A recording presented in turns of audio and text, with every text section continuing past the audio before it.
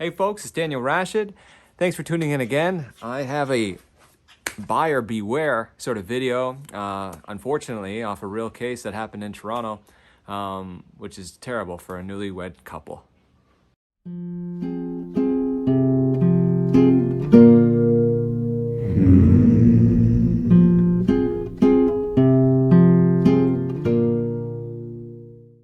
All right, the Song family bought a home at the end of, I think, the tail of last year, and multi-offer bid on the property.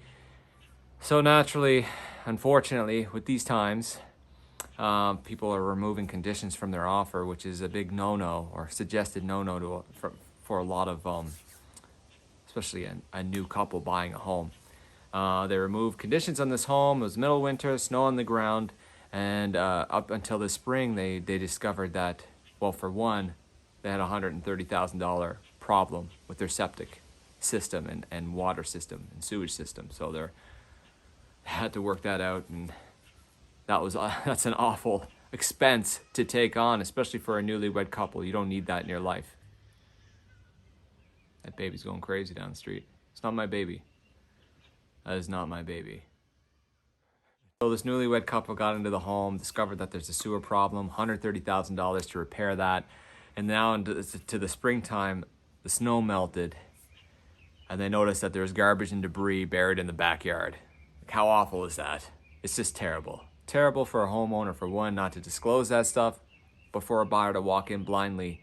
Unfortunately, that's something that you can really run into. I mean, snow is on the ground when they bought this home, and it's so difficult to, even for an inspector. If they were to hire an inspector that time, perhaps they would have and should have maybe saw that sewer backup issue with their sewer line and system. You know, that issue is going to cost them $130,000. That's just unbelievable. But the excavation of the backyard and getting rid of 4 feet of garbage, 4 feet, they're burying garbage in their backyard. I'm not sure how that even happens, but this is a home in Toronto. So they're burying garbage in the backyard for 4 feet of garbage, and it's going to be $98,000 to dig up and repair. And I'm not even going to try to say the word. It's not going to happen. So to dig up and repair, it's $98,000 on top of their $130,000. They are so short in terms of expenses. And they're up in arms, of course, and they're going to try to pursue legal litigation against these homeowners that sold the property, not disclosed anything. Unfortunately, they walked into this place blindly, no inspection, and it's just really a bad situation. I can see them possibly winning. I may follow this to see if they won or will win the case against the buried garbage, because that is something was under the snow, for one. For two, it's just a terrible thing. It's illegal, and they shouldn't have done that, and maybe disclose that they used the backyard as a dumping site. But the issues with the home itself, the sewer backup, $130,000 worth of repair, they can't really go back on because they've removed that home inspection. And even though that is something that's physically with the home, if they wanted to review the home for inspection, they may be missing out on that 6-figure expense, which is crazy. And I hope that all the power to them. And I hope they could turn this around somehow. When you're buying your home, especially in the middle of winter, it's a scary place. Sometimes the roofing is covered by snow, and sometimes you're buying a cottage, there's appliances off, the heating system's off, and you're buying this thing blindly. They're usually off because they bleed the pipes out, so they drain the cottages of water, so you can't even run the taps. You don't know if there's major plumbing issues. Sometimes, not unless you absolutely have to, you shouldn't be buying in the middle of winter. And I know the price seems attractive. It's very attractive that you buy it. Obviously, you've done your numbers. You go in, you go buy a good cottage on the middle of the water for a decent price. Why not? Fix the plumbing later. There could be problems with the septic systems. There's major expenses to the things that we can't see. I would never advise removing a home inspection in its entirety. I may set it for some like multi-unit buildings, but still, just because maybe I use contractors to but I've always used somebody to go into a building. I never, always had some kind of safety net in terms of a few days to review a home inspection. Did I ever go in blindly, no home inspection? It's rare. Even on a new build, I wouldn't do it. It's a rare thing to do, and anytime I'm buying a home, I definitely have a home inspection in there. Financing, and these days, you gotta have financing unless you got cash to back it up if worst comes to worst, and not too many people have that these days. So for conditions, at least you can tighten them up and your offer will still look attractive. A few days on conditions and your offer will still look attractive. So don't be afraid to put it in. If it doesn't work out, it doesn't work out.